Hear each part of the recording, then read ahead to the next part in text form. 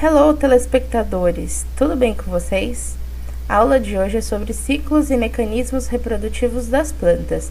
A gente já vem conversando um pouquinho sobre planta e hoje a gente vai finalizar aqui a parte de reprodução e ciclos reprodutivos.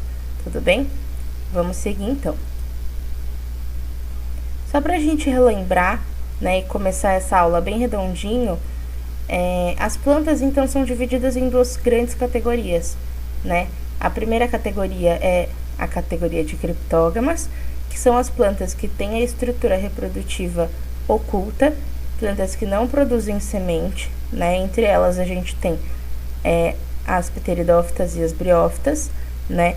Ambas plantas mais primitivas, né? A diferença é que as briófitas são avasculares e as pteridófitas já têm vascularização, então tem vasos condutores de seiva, né? Então elas conseguem crescer um pouquinho mais. Já as briófitas não, elas ficam bem rasteirinhas, né? O representante mais característico aí são os musgos. Já as fanerógamas são as plantas com estrutura reprodutiva evidente, que tem semente, né? A gente enxerga. E elas são divididas em gimnosperma e angiosperma. A gimnosperma tem semente, mas essa semente é nua, né? Uma semente mais simples. São plantas vasculares. Depois das pteridófitas, tudo que veio depois tem vascularização, né? Porque são evoluções das pteridófitas. Então a gimnosperma tem semente, mas é uma semente nua. Já a angiosperma, que é a planta mais evoluída de todas, né? São as maiores. Elas têm flor e fruto além dessa semente. Então, é uma semente protegida e uma flor que ajuda no processo de reprodução. Tudo bem? Agora a gente vai falar sobre o processo reprodutivo das briófitas, pteridófitas e gimnospermas. Por que a gente não vai falar da angiosperma nessa aula? Porque ela é o processo mais complexo entre as quatro. E aí, para essa aula não ficar muito longa, a gente vai falar das três primeiras e eu vou deixar a angiosperma para um segundo vídeo. Tudo bem? Seguimos. Então, aqui falando sobre as briófitas. Para a gente conversar sobre a reprodução das briófitas, eu sei que vocês já viram isso, né? Então, a gente vai arredondar para eu ter certeza que vocês entenderam cada um dos passos, tá? A gente vai adotar um exemplo aqui nas briófitas, que no caso é o musgo, né? E aí a gente vai começar esse ciclo reprodutivo aqui, tá? Da fase gametofítica. Então, segue comigo, eu coloquei aqui em sequência numérica para tentar tornar esse procedimento mais simples, para vocês entenderem e para mim explicar também. Então, a gente começa com o musgo na natureza, certo? Esse musgo, ele tá, como eu falei para vocês, numa fase gametofítica, que é a fase duradoura.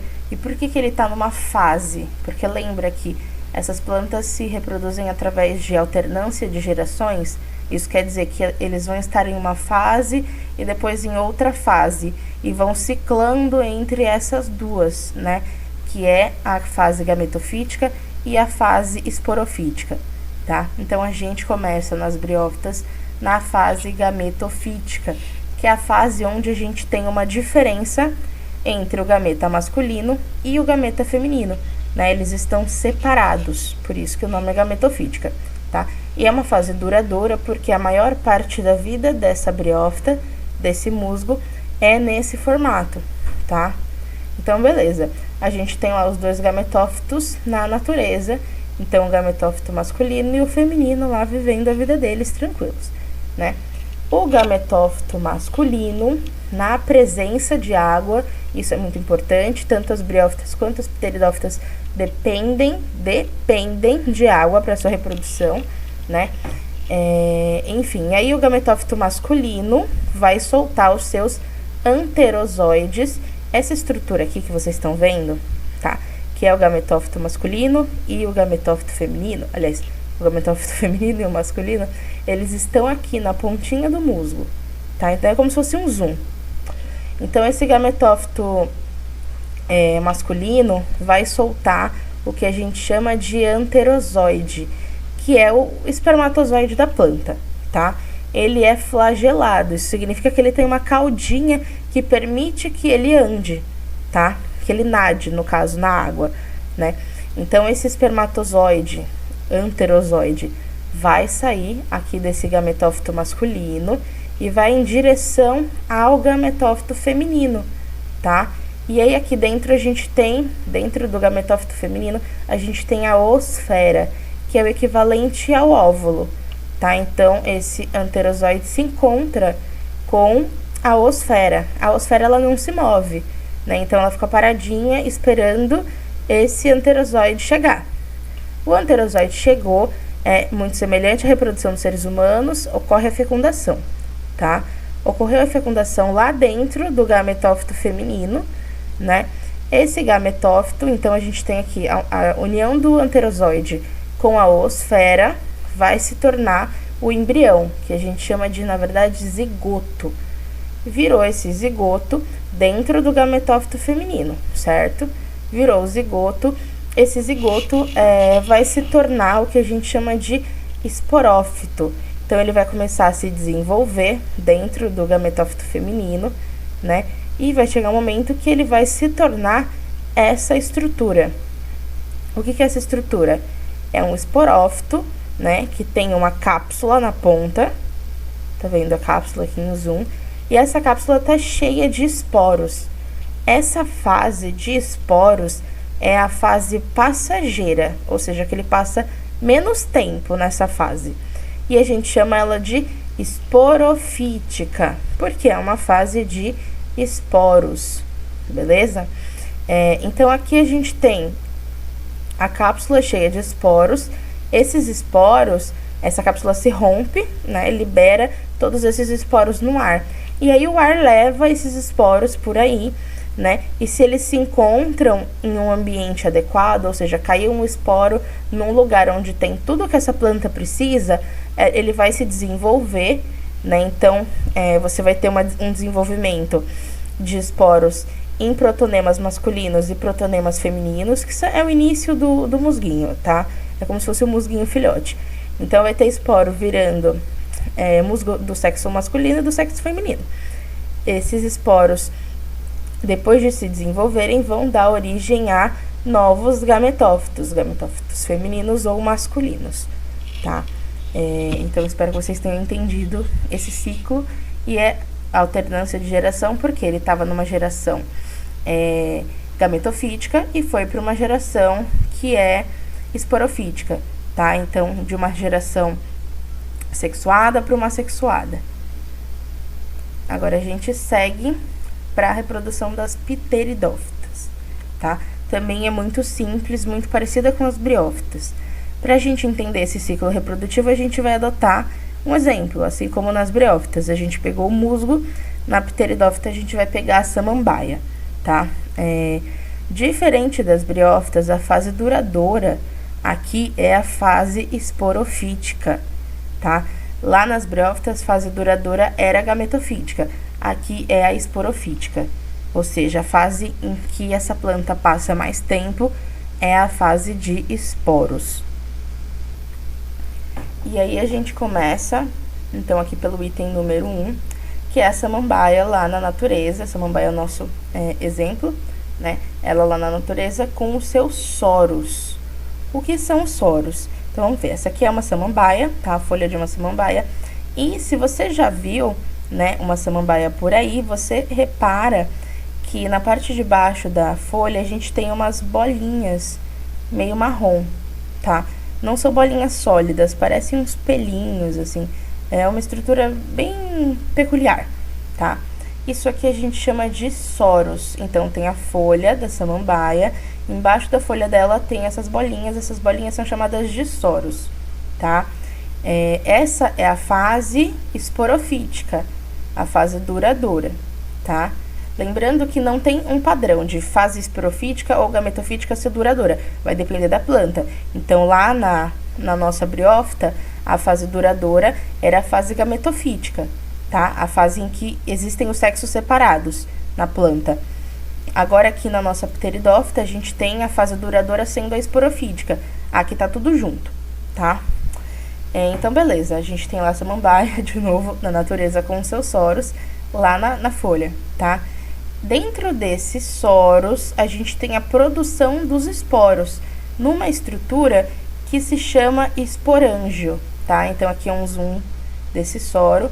Dentro dele, a gente vai ter uma estrutura chamada esporângio, e dentro dele vai ser produzido, então, esses esporos, tá? Chega um momento do ano que esses esporos são liberados na natureza e vão procurar um ambiente propício para se desenvolver. Vamos supor que agora eles acharam lá uma terra perfeita perto da água para poder se desenvolver, para germinar, tá? Depois da germinação, ou seja, depois que eles já se desenvolveram, eles dão origem a uma estrutura chamada prótalo ou prótalo, tá? Eu chamo de prótalo. Então, a gente tem o prótalo se desenvolvendo, e nesse prótalo a gente vai encontrar duas partes. Ele tem esse formato meio que de coraçãozinho mesmo, tá? E aí no prótalo vai ter duas partes. Então, de um esporo que era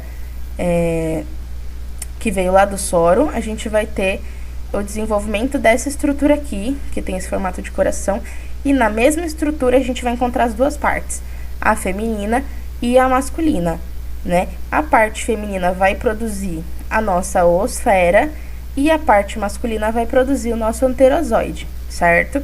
Então, que são os gametas feminino e masculino da planta, né? Que a gente já conhece.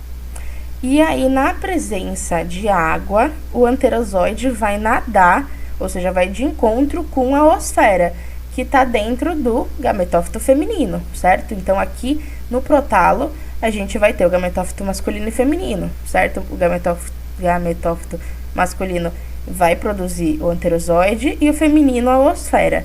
O anterozoide vai sair nadando para se encontrar com a oosfera, tá?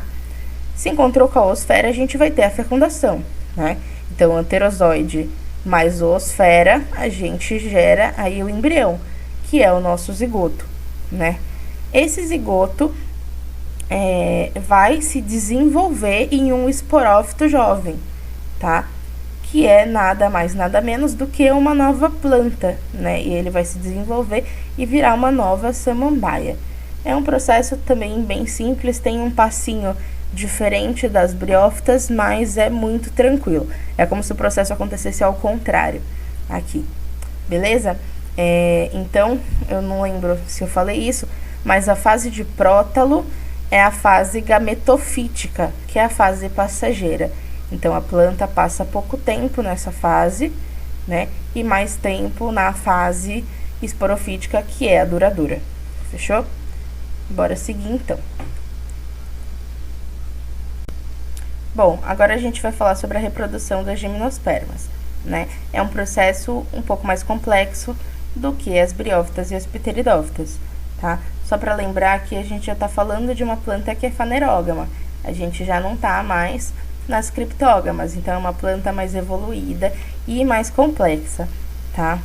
Ela já tem uma semente, ela não depende mais da água para se reproduzir, então o processo que acontece aqui é um pouco diferente do processo das criptógamas, beleza? Aqui na reprodução da gimnosperma, a gente tem dois processos acontecendo ao mesmo tempo, e esses dois processos vão se unir no final, que é o processo de geração do gameta feminino e do gameta masculino. O nosso exemplo aqui é o pinheiro, né? Então, vamos começar aqui do passo 1. Então, a gente tem o pinheiro lá na natureza, todo bonitão, na sua fase duradoura, que é a fase esporofítica, tá? Nesse pinheiro, você vai encontrar duas diferentes estruturas, que é o cone masculino e o cone feminino. Esse cone tem o nome científico de estróbilo, tá? Então, estróbilo masculino e estróbilo feminino. São duas estruturas diferentes que estão na mesma planta, tá? Se a gente observar bem de perto, a gente consegue identificar, né? Olhando realmente para um pinheiro, apesar deles serem parecidos. Então, a gente vai ter essas duas estruturas. Vamos começar pelo processo que tá aqui no cone masculino. Então, no estróbilo masculino, a planta vai ter os esporos, tá? Lá dentro. Dentro desses esporos, a gente encontra os grãos de pólen. E esses grãos de pólen têm esse formato aqui engraçadinho, que é como se ele tivesse duas asas. Por isso que ele é chamado de grão de pólen alado. Então, aqui a gente já vê que apareceu um grão de pólen, né, na gimnosperma. Esse grão de pólen alado, essas duas abas que tem aqui do lado, servem para ajudar ele a ser levado pelo vento e ajudá-lo a encontrar o estróbilo feminino. Então, agora a gente vai falar do estróbilo feminino. Então, o masculino, a gente já sabe que o grão de pólen foi largado ao vento. E agora vamos para o cone feminino. Esse cone feminino, o estróbilo feminino, né, vai ter dentro dele a oosfera.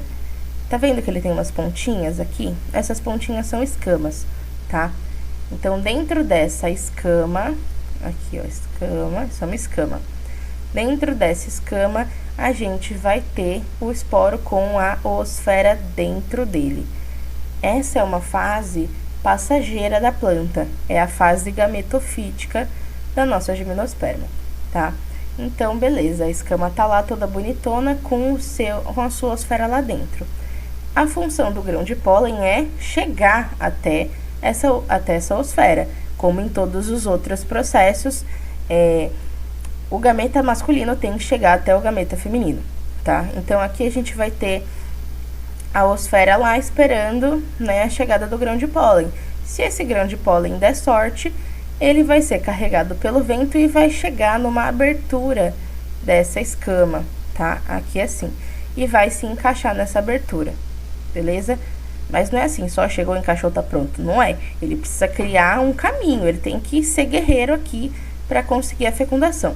Então, esse grão de pólen vai criar um caminho, como se fosse um corredor, para chegar até a oosfera, que é o que a gente chama de tubo polínico, tá?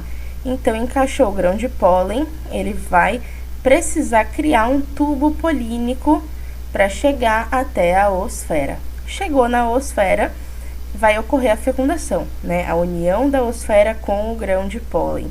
Esses dois juntos vão formar o que a gente conhece como embrião, tá?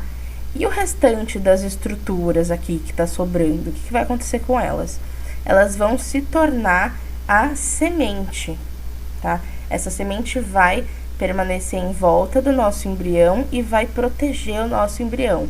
Além de proteger, ela também alimenta o embrião. Mas por que esse embrião tem que ser alimentado? Porque a planta vai lançar essa semente na natureza quando a semente estiver pronta, mas não necessariamente a semente vai cair num lugar que é propício para o crescimento dela, para o desenvolvimento dela.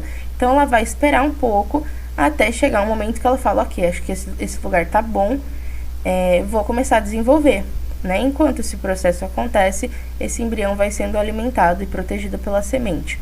E aí, caiu no ambiente propício, ele vai se desenvolver em uma nova planta, em um novo pinheiro, beleza? Esse é o processo da gimnosperma. Agora você tá quase profissional na reprodução das plantinhas, certo? Só falta a reprodução das angiospermas, que para essa aula não ficar muito longa, eu coloquei em um outro vídeo, e eu espero que você assista e que tenha entendido todos os processos. Qualquer dúvida, coloque aqui nos comentários e bons estudos!